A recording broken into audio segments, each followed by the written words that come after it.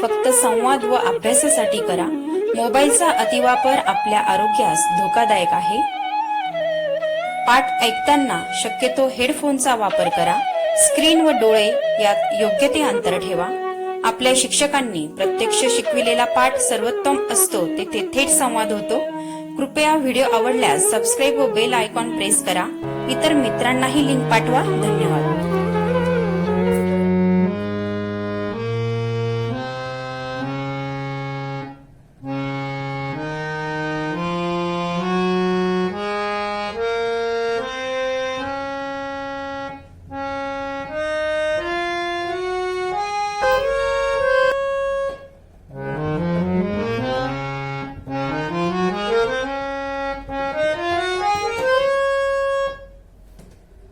बघितलं विद्यार्थी मित्रांनो, सुरुवातीला वाजवलेले सारेगम पदनिसा आणि नंतर वाजवलेले सारेगम पदनिसा आपल्या नवीन गुणधर्मानुसार पुन्हा नव्याने आले.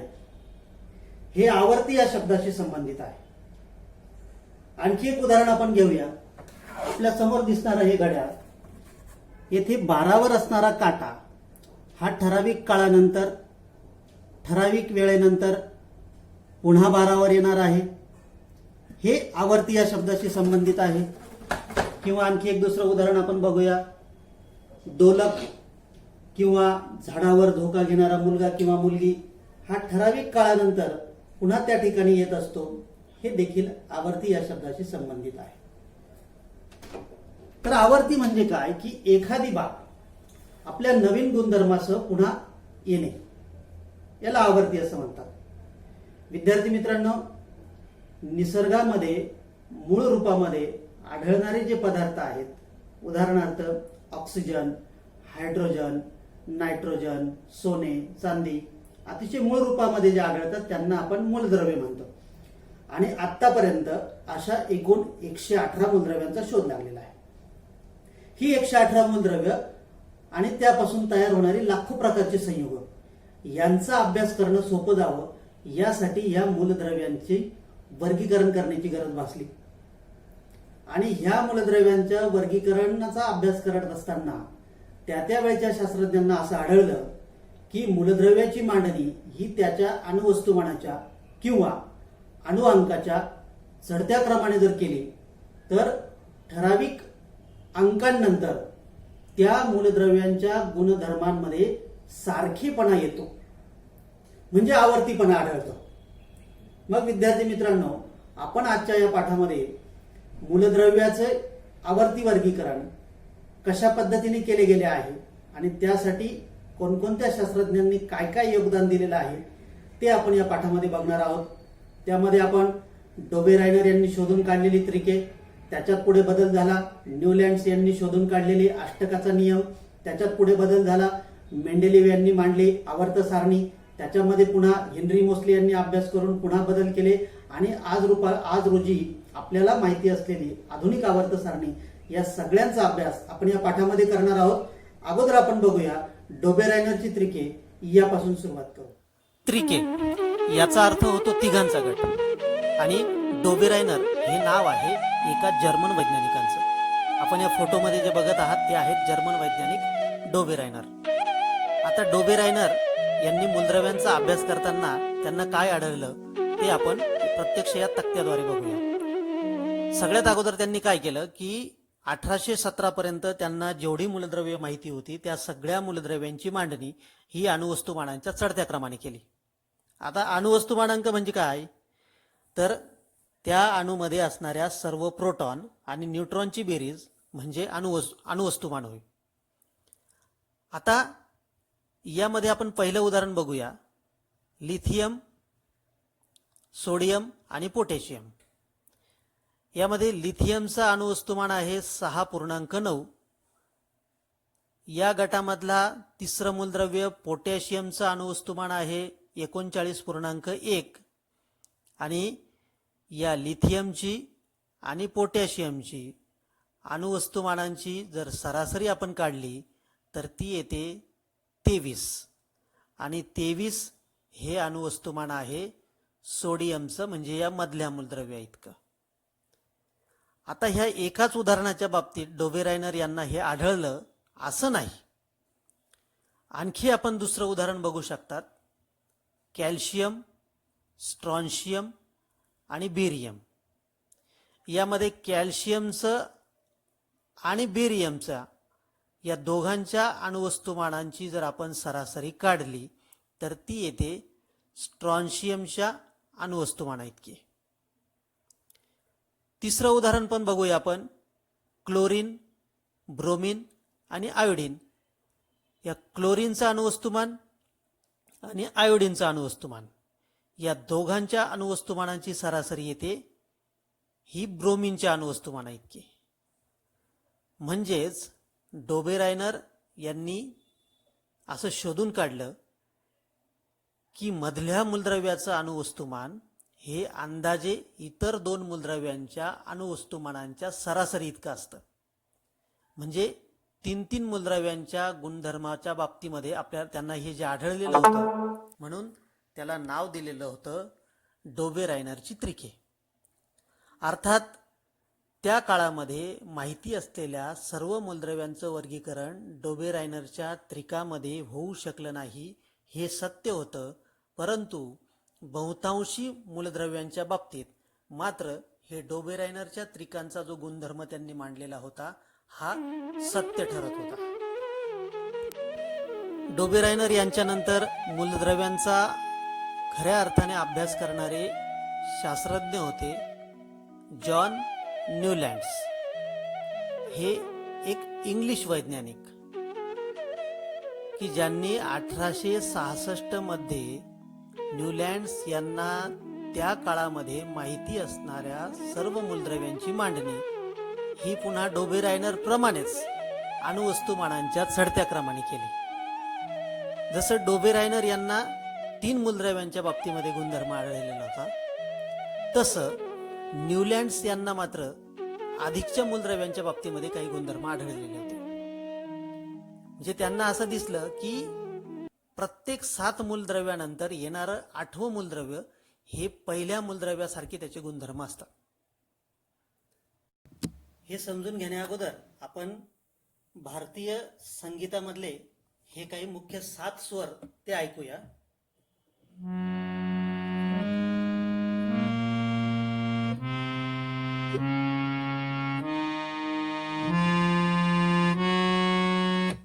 हे 7 स्वर ऐकल्यानंतर पुन्हा आपण पुढचे स्वर ऐकूया.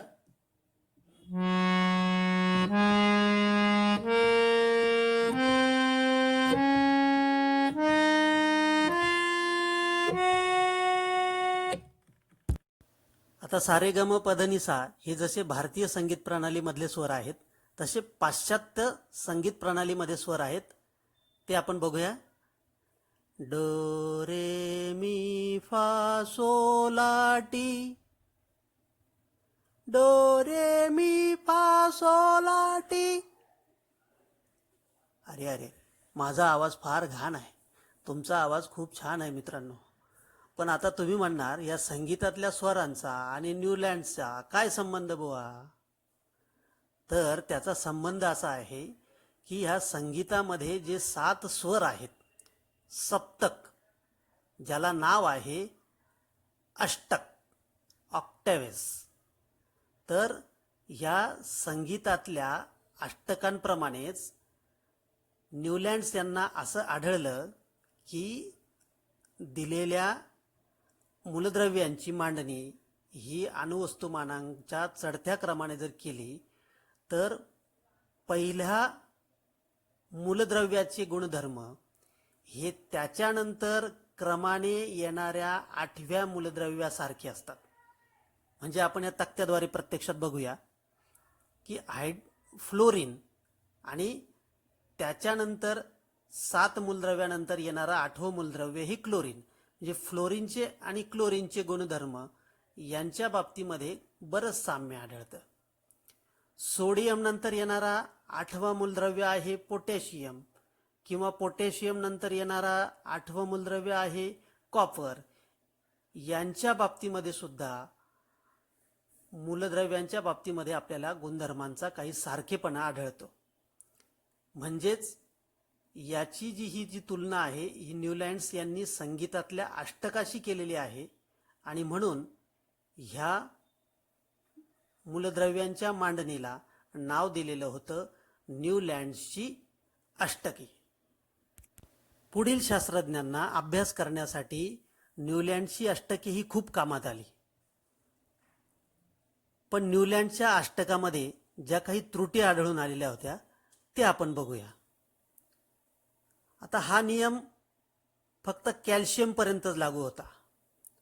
न्यूलँड्सने त्यावेळेस माहिती असलेले जे मूलद्रव्य होते ते 7/8च्या रकान्यामध्ये बसवली आणि त्यावेळेस त्या मूलद्रव्यांना तक्त्यात सामावून घेण्यासाठी न्यूलँड्सने काही जागांवर 2 मूलद्रव्य बसवली. बघा या तक्त्यामध्ये आपल्याला उदाहरण दिसतं आहे की कोबाल्ट आणि निकेल या दोन्ही धातूंना क्लोरीन आणि ब्रोमीन या हॅलोजन बरोबर ठेवलं गेलं आणि त्या उलट कोबाल्ट आणि निकेल यांच्याशी साधर्म्य असणाऱ्या फेरसला मात्र त्याच्यापासून लांब ऑक्सिजन आणि सल्फर या अधातूंबरोबर ठेवलं गेलं. आणखी एक त्रुटी न्यूलँड्स यांनी ठेवलेली होती की नव्याने शोध लागलेल्या मूलद्रव्यांना सामावून घेण्याची तरतूद मात्र या न्यूलँडच्या अष्टकामध्ये नव्हती आणि त्यामुळे नंतरच्या काळामध्ये शोध लागलेल्या नव्या मूलद्रव्यांचा गुणधर्म या न्यूलँडच्या अष्टकांच्या नियमामध्ये बसले नाहीत. ह्या थोड्याशा त्रुटी जरी आपण बाजूला ठेवल्या तरी मात्र न्यूलँड्स यांनी मांडलेलं जे अष्टक होतं हे पुढील शास्त्रज्ञांना अभ्यासासाठी खूप महत्त्वपूर्ण ठरलेलं होतं. त्यानंतर मूलद्रव्यांचा खऱ्या अर्थाने अभ्यास करणारे शास्त्रज्ञ होते दिमेत्री मेंडेलिव्ह. यांचा आपण थोडक्यात परिचय बघूया. 1834 ते 1907 हा त्यांचा जीवनकाळ. ते सेंट पीटर्सबर्ग या विद्यापीठामध्ये प्राध्यापक होते आणि मूलद्रव्यांच्या अभ्यासाच्या हेतूने प्रत्येक माहिती असलेल्या मूलद्रव्यासाठी एक कार्ड बनवून त्यावर मूलद्रव्याचे अणुवस्तुमान त्यांनी दाखवले होते आणि अणुवस्तुमान आणि त्याचे गुणधर्म याच्या आधारे कार्डांची जी जुळणी केली त्यातून मूलद्रव्यांच्या आवर्त सारणीचा शोध लागला. आता ही मेंडेलिव्ह यांनी मांडलेली आवर्त सारणी कशी होती हे आपण या प्रत्यक्ष तक्त्याद्वारे बघूया. डोबेरायनर आणि न्यूलँड्स यांच्याप्रमाणेच मेंडेलिव्ह यांनी देखील या मूलद्रव्यांची मांडणी ही अणुवस्तुमानाच्या चढत्या क्रमाने केली. पण त्यांच्यापेक्षा अधिकचे गुणधर्म मात्र मेंडेलिव्ह यांनी शोधून काढलेले होते.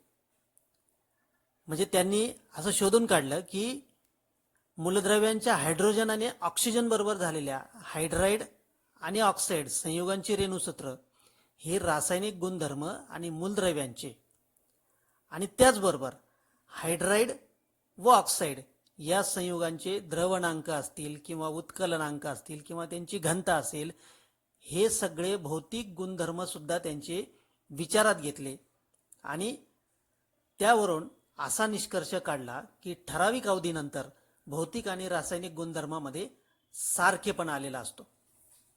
त्याला म्हणतात त्या मूलद्रव्यांची पुनरावृत्ती म्हणजेच पुन्हा पुन्हा येणे अर्थात आवर्ती फल. आणि म्हणून मेंडेलिव्ह यांनी असं मांडलं की मूलद्रव्याचे गुणधर्म हे त्याच्या अणुवस्तुमानांचे आवर्तफल असतात. मेंडेलिव्ह यांनी मांडलेल्या आवर्त सारणीमध्ये जे आपल्याला उभ्या ज्या ओळी दिसत आहेत स्तंभ त्या स्तंभांना त्यांनी नाव दिलेलं होतं गण. एकूण आपल्याला या ठिकाणी 1 2 3 4 5 6 7 आणि 8 गण दिसत आहेत आणि ज्या आडव्या ओळी होत्या त्यांना नाव दिलेलं होतं आवर्त. आणि म्हणून ह्या 63 मूलद्रव्यांच्या मांडणीला नाव दिलेलं होतं मेंडेलिव्हची आवर्त सारणी. मेंडेलिव्ह यांना हे देखील माहिती होतं की ही जी मांडणी केलेली आहे ही अंतिम नाही, याच्यामध्ये आणखी बऱ्याच मूलद्रव्यांचा शोध लागणार आहे हे त्यांना माहिती होतं आणि त्या विचारातूनच त्यांनी या आवर्त सारणीची मांडणी केलेली होती. आणि त्यामुळे मेंडेलिव्ह यांच्या आवर्त सारणीमध्ये आपल्याला 3 मुख्य गुण दिसून येतात. त्याच्यापैकी पहिला महत्त्वाचा गुणधर्म असा आहे की आवर्त सारणीमध्ये योग्य स्थान देता यावं यासाठी काही मूलद्रव्यांचे अणुवस्तुमान हे पुन्हा तपासून आणि दुरुस्त करण्यात आलेले होते. त्याचं उदाहरण घ्यायचं म्हटलं तर आहे बेरिलियम, कारण त्याचा आधी ठरलेला अणुवस्तुमान होतं 14.09 आणि हे अणुवस्तुमानांक बदलून ते 9.4 असं दुरुस्त केलं गेलं आणि त्याला बेरिलियमला बोरॉनच्या अगोदर जागा देण्यात आली. मेंडेलिव्हच्या आवर्त सारणीचा दुसरा महत्वाचा गुण असा होता की त्यांनी आवर्त सारणीमध्ये काही जागा ह्या तोपर्यंत शोध न लागलेल्या मूलद्रव्यांसाठी रिकाम्या ठेवलेल्या होत्या. त्याच्यापैकी 3 माहीत नसलेल्या मूलद्रव्यांना जवळच्या मूलद्रव्यावरून त्यांनी नाव दिलेलं होतं, एका बोरॉन, एका ॲल्युमिनियम आणि एका सिलिकॉन. म्हणजे बोरॉन, ॲल्युमिनियम आणि सिलिकॉन यांच्या जवळ ती सापडणार होती म्हणून अशी नावं त्यांनी दिलेली होती. आणि मेंडेलिव्हने यांनी त्यांचे अणुवस्तुमान सुद्धा, म्हणजे एका बोरॉनचं अणुवस्तुमान 44, एका ॲल्युमिनियमचं वस्तुमान 68 आणि एका सिलिकॉनचं वस्तुमान हे 72 येईल असं देखील त्यांनी दाखवलेलं होतं. एवढंच नाही तर त्यांचे गुणधर्मही कसे असतील हे सुद्धा भाकीत करून ठेवलेलं होतं. आणि त्यानंतर प्रत्यक्षात ज्यावेळेस त्या मूलद्रव्यांचा शोध लागला तर त्यावेळेस त्यांचे गुणधर्म हे मेंडेलिव्ह यांनी भाकीत केलेल्या गुणधर्माच्या बरेचसे मिळते जुळते होते. ह्या तक्त्यावरून आपल्याला इथे दिसेल की एका ॲल्युमिनियम हे मेंडेलिव्ह यांनी नाव दिलेलं होतं आणि त्याचं अणुवस्तुमान त्यांनी सांगितलेलं होतं 68 आणि प्रत्यक्षात ज्यावेळेस त्या मूलद्रव्याचा शोध लागला त्यावेळेस त्याचं अणुवस्तुमान होतं 69.7 म्हणजे 68च्या जवळ होतं, ज्याला नाव दिलेलं होतं गॅलियम. मेंडेलिव्ह यांनी भाकीत केलेल्या या मूलद्रव्याची घनता, द्रवणांक, क्लोराईडचं सूत्र, ऑक्साईडचं सूत्र, ऑक्साईडचं स्वरूप हे ज्यावेळेस प्रत्यक्षात त्या मूलद्रव्याचा शोध लागला त्याच्या गुणधर्माशी बरंचसं मिळतं जुळतं होतं. मेंडेलिव्ह यांच्या आवर्त सारणीचा तिसरा अतिशय महत्त्वाचा गुणधर्म असा होता की मेंडेलिव्हच्या मूळ आवर्त सारणीमध्ये राजवायूसाठी जागा राखून ठेवलेली नव्हती. आपण तो तक्ता पुन्हा बघूया. या तक्त्यामध्ये आपल्याला सगळ्यात शेवटी असणारे हेलियम, निऑन, आर्गॉन या वायूंची जागा आपल्याला इथे दिसत नाही. पण 19व्या शतकाच्या शेवटी ज्यावेळेस या राजवायूंचा शोध लागला त्यावेळेस मेंडेलिव्हने मुख्य आवर्त सारणी जी होती तिला धक्का न लावता त्याला सगळ्यात शेवटी शून्य घन असा निर्माण केला आणि त्यात बरोबर राजवायू त्या ठिकाणी बसवले. मेंडेलिव्ह यांच्या आवर्त सारणीमध्ये हे महत्त्वाचे गुण असले तरी सुद्धा काही त्रुटी सुद्धा आढळलेल्या होत्या. त्याच्यामध्ये 4 त्रुटी आपल्या पुस्तकात प्रामुख्याने दिलेल्या आहेत. त्याच्यामध्ये पहिली त्रुटी अशी होती की कोबाल्ट आणि निकेल यांचं अणुवस्तुमान हे समान होतं आणि त्याच्यामुळे त्यांचा क्रम कसा ठेवायचा याबाबत संदिग्धता होती. दुसरी एक त्रुटी मेंडेलिव्ह यांच्या आवर्त सारणीत अशी होती की आवर्त सारणी मांडल्यानंतर काही काळानंतर समस्थानिकांचा शोध लागला.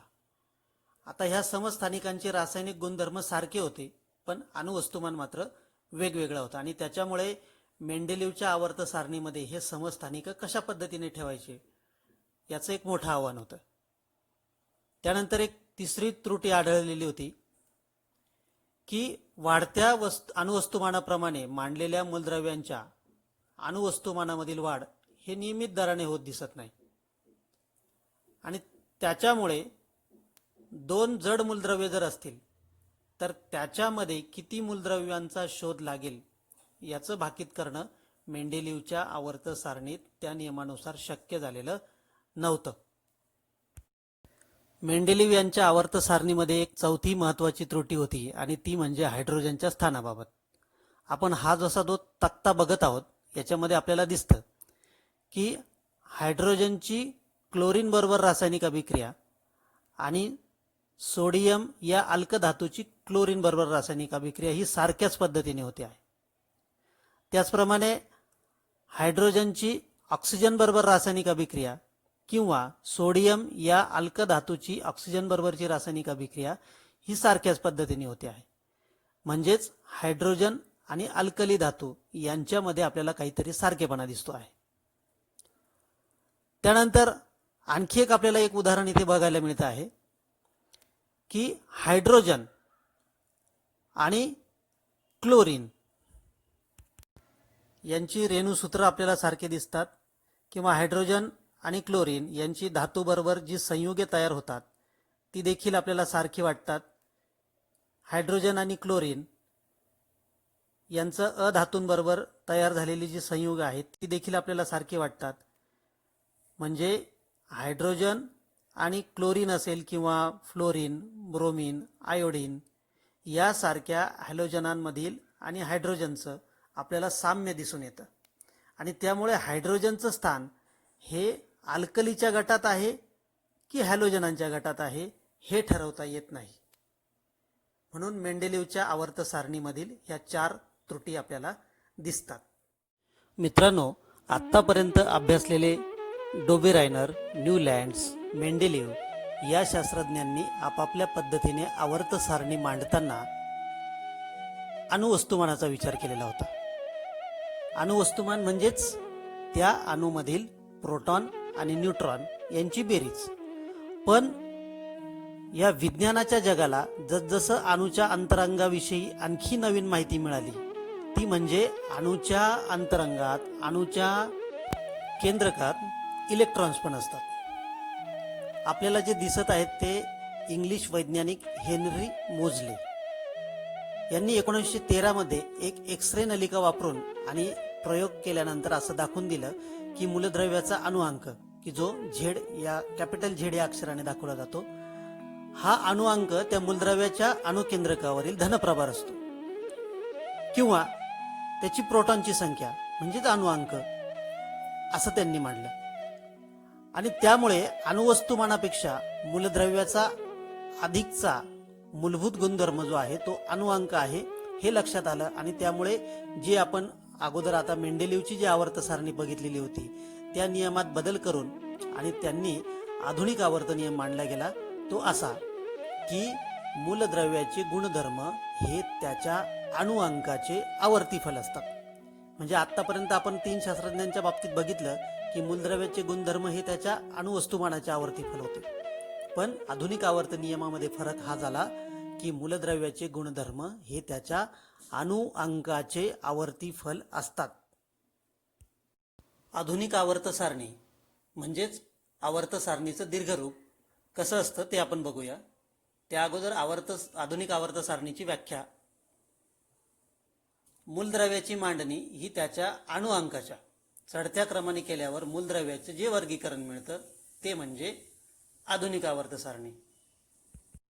या आधुनिक आवर्त सारणीलाच आवर्त सारणीचे दीर्घरूप असं सुद्धा म्हटलं जातं. मेंडेलिव्ह यांनी आवर्त सारणीमध्ये ज्या बऱ्याचशा त्रुटी राहून गेलेल्या होत्या त्यांच्याकडून त्या या आधुनिक आवर्त सारणीमध्ये नाहीशा झालेल्या दिसतात. आधुनिक आवर्त सारणीची रचना आता आपण बघूया. अतिशय सुंदर रंगीबेरंगी रचना आपल्याला दिलेली आहे.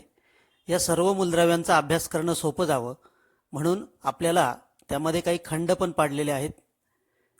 काही आडव्या ओळी आपल्याला दिसत आहेत, तर काही उभे स्तंभ दिसत आहेत. ह्या आडव्या ओळी त्यांना म्हणतात आवर्त.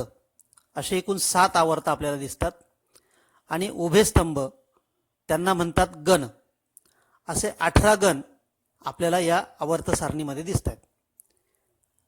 प्रत्येक चौकटीमध्ये वरच्या बाजूला ओळीने अणुअंक दर्शवलेले असतात आणि प्रत्येक चौकट ही एका मूलद्रव्याची जागा असते. आता आपल्याला बघा, इथे तळाशी आणखी 2 ओळी स्वतंत्र दाखवलेल्या आहेत. त्यांना त्यापैकी पहिल्या ओळीला म्हणतात लॅन्थॅनाइड श्रेणी आणि त्याच्या खालच्या ओळीला म्हणतात ॲक्टिनाइड श्रेणी. या 2 श्रेणींसह आवर्त सारणीमध्ये जवळजवळ 118 चौकटी दिलेल्या आहेत. म्हणजेच ह्या आधुनिक आवर्त सारणीमध्ये एकूण 118 मूलद्रव्यांची जागा दिलेली दिसते. अगदी अलीकडच्या काळामध्ये काही मूलद्रव्यांच्या निर्मिती ही प्रयोगसिद्ध झाल्यामुळे आता ती आवर्त सारणी पूर्ण झालेली आहे आणि सर्व 118 मूलद्रव्ये आता शोधली गेलेली आहेत. आवर्त सारणी एकूण 4 विभागात विभागली गेलेली आहे, म्हणजे खंडात. त्यामध्ये पहिले 2 गण आपल्याला जे दिसत आहेत उभे स्तंभ, त्याला नाव दिलेलं आहे यस खंड. त्यानंतर क्रमांक 3 ते 12 पर्यंतच्या गणांना डी खंड असं म्हटलेलं आहे. त्यानंतर 13 ते 15 या गणांना नाव दिलेलं आहे पी खंड. आणि खाली आपल्याला 2 ओळी दिसत आहेत, लॅन्थेनाइड आणि ॲक्टिनाइडची श्रेणी, त्याला नाव दिलेलं आहे एफ खंड. आता डी खंडातील मूलद्रव्ये जे आहेत त्यांना संक्रमक मूलद्रव्ये असं म्हणतात. पी खंडामध्ये जर आपण निरीक्षण केलं तर आपल्याला एक नागमोडी रेषा दिसते आहे. या नागमोडी रेषेच्या साहाय्याने आपल्याला 3 प्रकार जे आहेत हे आधुनिक आवर्त सारणीमध्ये स्पष्टपणे दाखविता येतात. नागमोडी रेषेच्या उजव्या बाजूला आहेत सर्व अधातू, त्या रेषेच्या डाव्या बाजूला आहेत सर्व धातू, आणि नागमोडी रेषेच्या किनारीने जे दिसत आहेत त्यांना म्हणतात धातू सदृश्य मूलद्रव्य. आधुनिक आवर्त सारणीमध्ये एखादा मूलद्रव्य कोणत्या चौकटीत ठेवायचा, म्हणजे तो कोणत्या गणात असेल किंवा कोणत्या आवर्तनामध्ये असेल, हे त्याच्या इलेक्ट्रॉन स्वरूपणावरून ठरत असतं. आपल्याला आपल्या पुस्तकामध्ये 2 महत्त्वाचे मुद्दे दिलेले आहेत, गण व इलेक्ट्रॉन स्वरूपन यांचा संबंध, आणि दुसरा एक मुद्दा आहे आवर्त व इलेक्ट्रॉन स्वरूपन यांचा संबंध. हे दोघंही मुद्दे आपण या उदाहरणाद्वारे समजून घेऊया. पोटॅशियम हे आपल्याला येथे पहिल्या गणामध्ये ठेवलेलं आढळतं आणि चौथ्या आवर्तनामध्ये. त्याचं कारण बघूया. पोटॅशियमचा अणुअंक आहे 19 आणि त्याचं इलेक्ट्रॉन स्वरूपन या पद्धतीने आहे. त्याच्या पहिल्या कक्षेमध्ये 2 इलेक्ट्रॉन, त्यानंतरच्या दुसऱ्या कक्षेमध्ये 8 इलेक्ट्रॉन, पुन्हा तिसऱ्या कक्षेमध्ये 8 इलेक्ट्रॉन, झाले एकूण 18. उरलेलं 1 इलेक्ट्रॉन हे शेवटच्या कक्षेमध्ये आहे. आता इथे एकूण कक्षा बघा किती झाल्यात, 4 कक्षा झालेल्या दिसत आहेत, आणि म्हणून त्याला चौथ्या आवर्तनामध्ये ठेवलेलं आहे. आणि सगळ्यात शेवटी चौथ्या कक्षेमध्ये त्याचा 1 इलेक्ट्रॉन आहे, म्हणून त्याला पहिल्या गणामध्ये स्थान दिलेलं आहे. हे दुसरं उदाहरण आपण बघूया आर्गॉनचं. त्याचा अणुअंक आहे 18, म्हणजे त्याचं इलेक्ट्रॉन स्वरूपण अशा पद्धतीने असेल. पहिल्या कक्षेमध्ये 2 इलेक्ट्रॉन, दुसऱ्या कक्षेमध्ये 8 इलेक्ट्रॉन आणि तिसऱ्या कक्षेमध्ये 8 इलेक्ट्रॉन, असे 18 इलेक्ट्रॉन या ठिकाणी पूर्ण झालेत. एकूण कक्षा 3 झाल्या, म्हणजेच त्यांना तिसऱ्या आवर्तनामध्ये ठेवलेलं आहे. आणि राजवायूंसाठी निर्माण केलेला 18व्या गणामध्ये आर्गॉन हा अणू आपल्याला दिसतो आहे. आणखी आपल्याला काही उदाहरणं इथे बघता येतील. मॅग्नेशियमचं उदाहरण आपण घेऊया. मॅग्नेशियमचा अणुअंक आहे 12 आणि त्याचं इलेक्ट्रॉन स्वरूपण जर आपण बघितलं तर ते आहे पहिल्या कक्षेमध्ये 2 इलेक्ट्रॉन, दुसऱ्या कक्षेमध्ये 8 इलेक्ट्रॉन आणि उरलेले 2 इलेक्ट्रॉन हे तिसऱ्या कक्षेमध्ये. त्याच्या एकूण कक्षा झाल्या 3 आणि म्हणून त्याचा आवर्त क्रमांक आहे 3. तिसऱ्या आवर्तामध्ये आपल्याला त्याचं स्थान आढळतं आणि त्याचा 2 गणामध्ये स्थान असण्याचं कारण त्याच्या शेवटच्या कक्षेमध्ये 2 इलेक्ट्रॉन आहेत. इलेक्ट्रॉन कवचांची इलेक्ट्रॉन धारकता ही 2n वर्ग या सूत्राने ठरवली जाते. पहिल्या 3 आवर्तांमधील मूलद्रव्यांची संख्या ही कवचांची इलेक्ट्रॉन धारकता आणि इलेक्ट्रॉन अष्टकाचा नियम यावरून ठरत असते, हे लक्षात घ्या. आधुनिक आवर्त सारणीमध्ये काही बदलांमध्ये नियमितता दिसून येते. त्याला म्हणतात आधुनिक आवर्त सारणीतील आवर्तिकल. इयत्ता 10वीला आपण फक्त संयोजा, अणु आकारमान आणि धातू अधातू गुणधर्म या 3 गुणधर्मांमधील आवर्तिकल आपण विचारात घेणार आहोत. हा मुद्दा आपल्याला समजावा यासाठी तारांगण यूट्यूब चॅनलचे निर्माते डॉक्टर पांडुरंग विश्वंभर दरेकर सर यांनी अतिशय छान आणि सोप्या पद्धतीने मूलद्रव्यामधील आवर्ती कल हा मुद्दा समजावून सांगितलेला आहे. त्यांच्या थेट चॅनलवर जाऊन देखील आपण तो भाग बघू शकतात. या ग्रुपवर मी ती लिंक शेअर करीतच आहे. परंतु आपल्या विद्यार्थ्यांनाही याचा लाभ मिळावा यासाठी डॉक्टर दरेकर सरांचं या ठिकाणी आभार मानून आणि पुढे पाहणार मी आहोत. शेअर करीत आहे. तर पहिला गुणधर्म आपण अभ्यासूया संयोजेचा. मूलद्रव्यांची संयोजा ही त्या अणूच्या शेवटच्या कक्षेमध्ये असलेल्या इलेक्ट्रॉनच्या संख्येवरनं ठरते. संयोजा म्हणजे त्या अणूच्या इलेक्ट्रॉन देवाणघेवाणीची एकूण क्षमताच होय. जर आपण कोणत्याही गणाचा अभ्यास केला, त्या गणामध्ये आपण ज्यावेळेस वरून खाली येतो त्यावेळेस ह्या संयोजेमध्ये काय बरं बदल होतो, तर कोणत्याही गणामध्ये मूलद्रव्याची संयोजा ही स्थिर राहते, ती बदलत नाही. याचं कारण असं की मूलद्रव्याचा गणक्रमांक हा त्याच्या संयोजा इलेक्ट्रॉननुसार ठरला जातो. त्यामुळं एकाच गणामध्ये समाविष्ट असणाऱ्या मूलद्रव्यांच्या शेवटच्या कक्षेत सारखेच इलेक्ट्रॉन असणार आहेत. त्यामुळं त्यांची संयोजा ही सारखीच असणार आहे. त्यामुळं गणामधून वरून खाली येताना मूलद्रव्याच्या संयोजेमध्ये कोणताही बदल होत नाही. आता आपण आवर्तनाचा अभ्यास करू. जर आपण कोणत्याही आवर्तनामध्ये डावीकडून उजवीकडे गेल्यास मूलद्रव्यांच्या संयोजेमध्ये बदल होतो. हा बदल अभ्यासण्यासाठी उदाहरण म्हणून आपण आवर्तन क्रमांक 3 समोर ठेवूया. आवर्तन क्रमांक 3 सुरू होतो सोडियमपासून. सोडियमची संयोजा 1 आहे. त्यानंतर पुढचा मूलद्रव्य आहे मॅग्नेशियम, त्याची संयोजा 2 आहे. त्याचा पुढचा मूलद्रव्य आहे ॲल्युमिनियम, त्याची संयोजा 3 आहे. त्यापुढं आहे सिलिकॉन, त्याची संयोजा 4 आहे. सिलिकॉनच्या पुढे जर आपण पाहिलं तर फॉस्फरस, त्याच्या बाह्यतम कक्षेत 5 इलेक्ट्रॉन असल्यामुळं त्याची संयोजा आहे 3.